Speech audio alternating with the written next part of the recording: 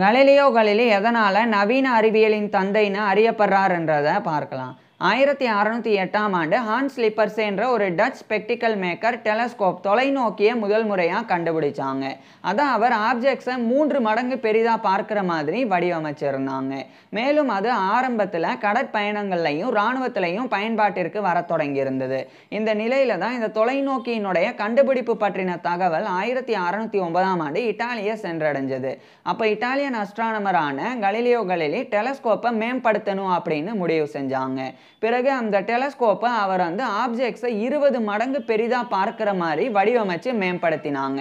அது மட்டும் இல்லாமல் டெலஸ்கோப்பை முதல் முறையாக கலிலியோ தான் அஸ்ட்ரோனாமிக்கல் அப்சர்வேஷன்ஸுக்காக, அதாவது வானியல் அவதானிப்புகளுக்காக பயன்படுத்த தொடங்கினாங்க.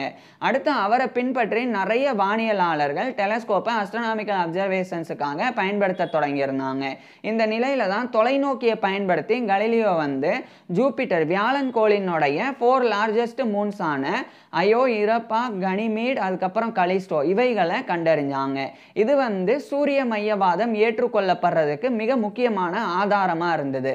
ஏன்னா அது நாள் வரைக்கும் பல நூற்றாண்டுகளாக பூமி மையத்தில் அமைஞ்சிருக்கு. பூமி உட்பட அனைத்து வானுடல்களும் பூமியை மட்டும்தான் சுற்றி வருது அப்படின்ற ஜியோசென்ட்ரிக் மாடல் தான் ஏற்றுக்கொள்ளப்பட்டு வந்திருந்தது.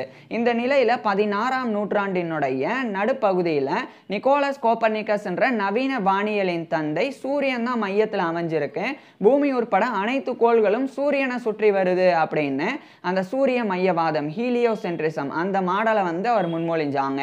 அதுக்கப்புறம் யோஹானஸ் கெப்லர்ன்ற ஜெர்மன் அஸ்ட்ரானமர் சூரியனை பூமி உட்பட அனைத்து கோள்களும் எலிப்டிக்கல் ஆர்பிட்ஸ்ல, அதாவது நீள்வட்ட பாதையில சுற்றி வருது அப்படின்னு உறுதிப்படுத்தினாங்க.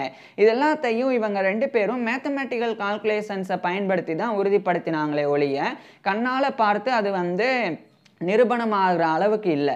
அதனாலேயே இவங்கெல்லாம் இதை சரியாக சொல்லியிருந்தா கூட ஜியோசென்ட்ரிக் மாடல் தான் தொடர்ச்சியாக ஏற்றுக்கொள்ளப்பட்டு வந்தது. குறிப்பாக பூமியை தான் அனைத்து கோள்களும் சுற்றி வருது அப்படின்றது தான் தொடர்ச்சியாக ஏற்றுக்கொள்ளப்பட்டு வந்திருந்தது.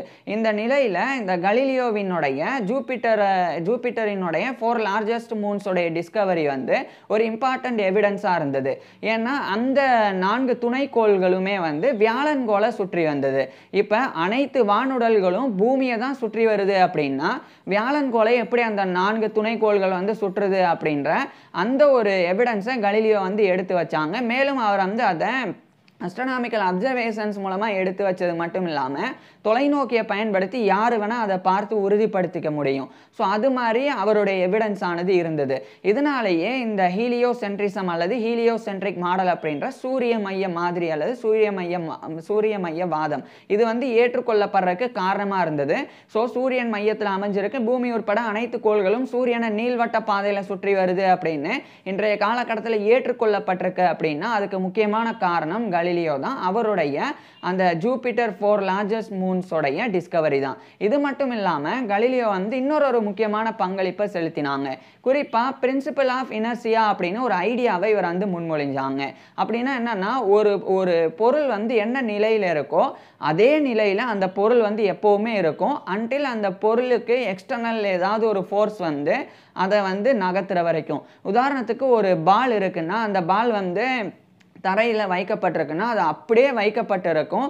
அதை மற்ற யாரும் அதை தட்டி விடுற வரைக்கும் அல்லது காற்று அதை தள்ளுற வரைக்கும் அது அப்படியே அதே நிலையில தான் இருக்கும். அதே மாதிரி அந்த பாலை இப்படி நம்ம உருட்டி விட்டுட்டோம் அப்படின்னா அந்த பால் அப்படியே போயிட்டே தான் இருக்கும், நிற்கவே நிற்காது அன்டில் காற்று அதை எதிர்க்கிற வரைக்கும். அதே மாதிரி தரையில் அது உருண்டு போகும்போது உராய்வு ஏற்படுற வரைக்கும். ஸோ மற்றபடி இது ரெண்டுமே இல்லைன்னா அது தொடர்ச்சியாக உருண்டு போயிட்டே இருக்கும் அப்படின்றத கலிலியோ முன்மொழிஞ்சாங்க. இதுதான் பிரின்சிபல் ஆஃப் இனர்சியா அப்படின்றது. அதாவது இதில் சந்தேகம் இருக்கும், பாலை உருட்டி விட்டால் கொஞ்சம் தூரத்தில் போய் நின்றுடும், கலிலியோ சொல்கிற மாதிரி நிற்காமல் போயிட்டே இருக்காது அப்படின்னு. ஆனால் அதுக்கு தான் கலிலியோ சொல்கிறாங்க காற்றினுடைய வேகமும் அதே மாதிரி தரையில் இருக்கக்கூடிய உராய்வு ஃப்ரிக்ஷன் அதனால தான் பால் நிற்கிதே ஒழிய மற்றபடி தரையில் உராய்வு இல்லை. அதே மாதிரி காற்றும் தடை பண்ணலை அப்படின்னா ஒரு பொருளை இப்போ ஒரு பாலை உருட்டி விட்டோம்னா அது அப்படியே உருண்டு போய்கிட்டே தான் இருக்கும் அப்படின்றது தான் பிரின்சிபல் ஆஃப் இனர்சியா. இதை தான் கலிலியோ உணர்த்தினாங்க. அது மட்டும் இல்லாமல் ரெண்டு வெவ்வேறு எடையில் உள்ள பொருட்களை கீழே போட்டோம் அப்படின்னா ரெண்டுமே ஒரே நேரத்தில் விழும் அப்படின்றதையும் கலிலியோ தெரிவிச்சாங்க. அது மிகப்பெரிய சர்ச்சையை அந்த காலகட்டத்தில் கிளப்பினது. ஏன்னா பல நூற்றாண்டுகளா அரிஸ்டாட்டில்னால முன்மொழியப்பட்டிருந்த ஒரு கருத்து தான் ஏற்றுக்கொள்ளப்பட்டு வந்தது. அது என்னன்னா, ஒரு 2 பொருட்கள் இருக்கு. ஒண்ணு வந்து எடை அதிகமாவும், ஒண்ணு எடை குறைவாவும் இருக்குன்னா, 2யும் மேல இருந்து கீழ போட்டா எடை அதிகமா இருக்கிறது ஃபர்ஸ்ட் கீழ வந்துரும். அதுக்கப்புறம் தான் எடை கம்மியா இருக்கிறது வந்து விழும் அப்படின்றது தான் அரிஸ்டாட்டிலுடைய கருத்து. அதுதான் வந்து பல நூற்றாண்டுகள் ஏற்றுக்கொள்ளப்பட்டு வந்தது. எந்த அளவுக்குன்னா, அரிஸ்டாட்டில் கிமு 4ஆம் நூற்றாண்டுல வாழ்ந்து வந்த நபர். அப்ப எவ்வளவு நூற்றாண்டுகள் இது நம்பப்பட்டிருக்கும் அப்படின்றத புரிஞ்சுக்க முடியும். அப்படி இருக்கும்போது கலீலியோ 17ஆம் நூற்றாண்டு இந்த காலகட்டம் 16, 17 இந்த 16, 17 இந்த நூற்றாண்டுகள்ல கலீலியோ வந்து இந்த தகவலை சொன்னாங்க. 2 ஆப்ஜெக்ட்ஸ் வந்து கீழே போட்டோம்னா அது 2 வெவ்வேறு எடையில இருந்தாலும் 2மே ஒரே நேரத்துல வந்து சேரும், ஒரே வேகத்துல வந்து சேரும் அப்படின்றத கலீலியோ வந்து சொல்லியிருந்தாங்க. இதை வந்து அவர் எக்ஸ்பெரிமெண்ட் மூலமா நிரூபிக்கவும் செஞ்சாங்க.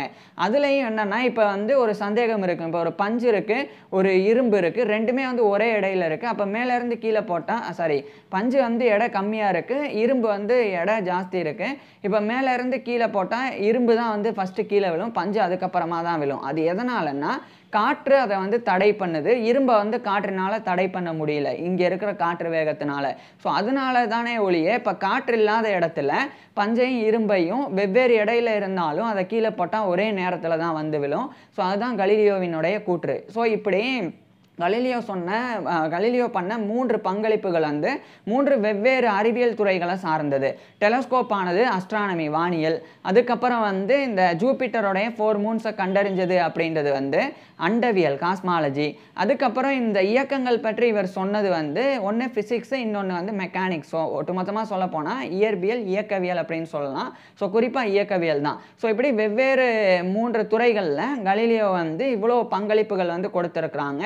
எல்லாமே வந்து உறுதிப்படுத்தப்பட்டிருக்கு. எந்த அளவுக்கு அப்படின்னா, ஐசக் நியூட்டனுடைய லாஸ் ஆஃப் மோஷனுக்கு கலீலியோவினுடைய இந்த கடைசி இயக்கவியல் பற்றி இவர் சொன்ன விஷயங்கள் எல்லாம் வந்து ரொம்ப முக்கியமான ஒரு அவருக்கு உதவிகரமான ஒரு முக்கியமான பங்களிப்பாக இருந்தது.